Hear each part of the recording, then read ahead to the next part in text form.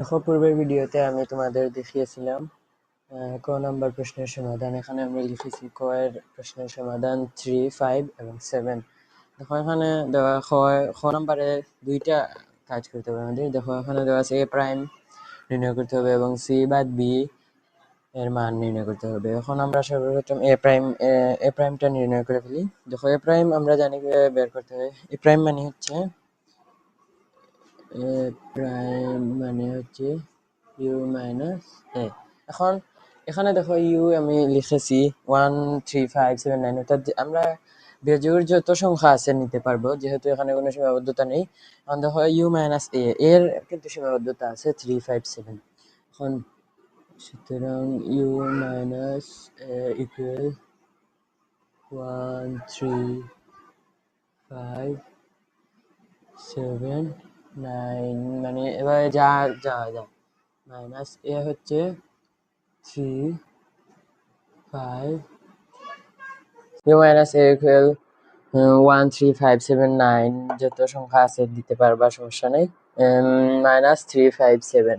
এখন আমরা এটা লিখতে পারি 1, 5, 9, 11, মানে অসীমই বলতে পারো। এ প্রাইম সমান হচ্ছে এটা। এবং এখন আমরা এ প্রাইম সমান 1, 5, সরি এখানে 5, 7, 7ও কাউন্ট হবে না, যেহেতু এখানে 3, 5, 7 আছে। অর্থাৎ 1, 9, 1 এটা এগুলো কাউন্ট হবে না। 3, 1, 9, 11, সরি 5ও নয়, 1, 9, 11, 11 যত সংখ্যা আছে। এখন দেখো আমাদের সি বাদ বি নির্ণয় করার জন্য যে কাজটি করতে হবে সেটা হচ্ছে প্রথমে আমাদের সি এবং বি এর মান নির্ণয় করতে হবে। সি বাদ বি নির্ণয় করার জন্য প্রথমে আমরা মনে করো বি এবং সি এর মান, বি এর মানও এখানে নির্ণয় করে ফেলেছি। দেখো x আছে, এটা x belongs n এবং 3 is smaller than x is 3 is greater than x smaller than 6, মানে 3 x 3 থেকে বড় হবে এবং 6 থেকে ছোট হবে, আর 3 থেকে বড় 6 থেকে ছোট বিজোড় সংখ্যা হচ্ছে 5। এখন আমাদের সি এর মান নির্ণয় করতে হবে। সি এর মান নির্ণয় করার জন্য আমরা x এর মান ধরে করি।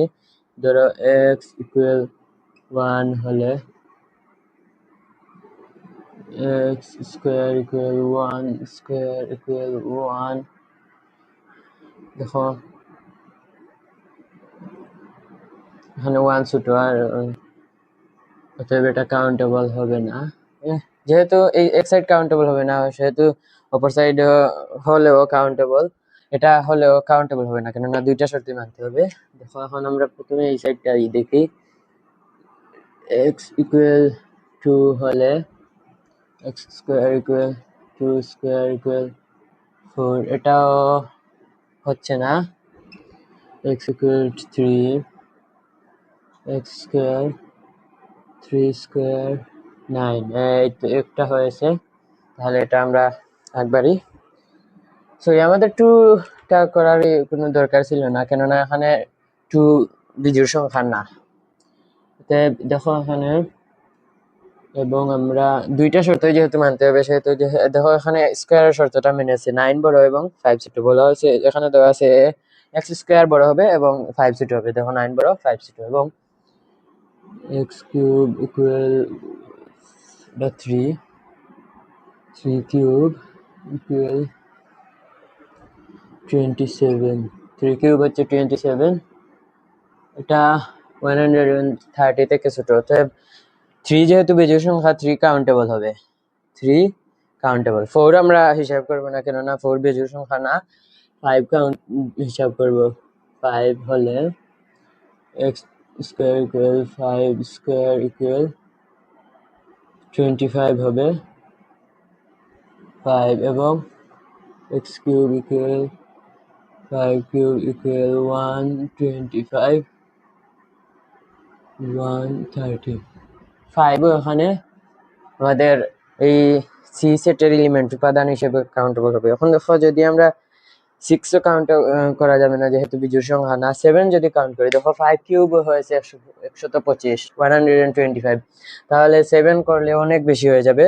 অতএব আমরা এখান থেকে বুঝে নেব যে সি হচ্ছে 3 আর 5। সি সেটের উপাদান হচ্ছে 3 এবং 5।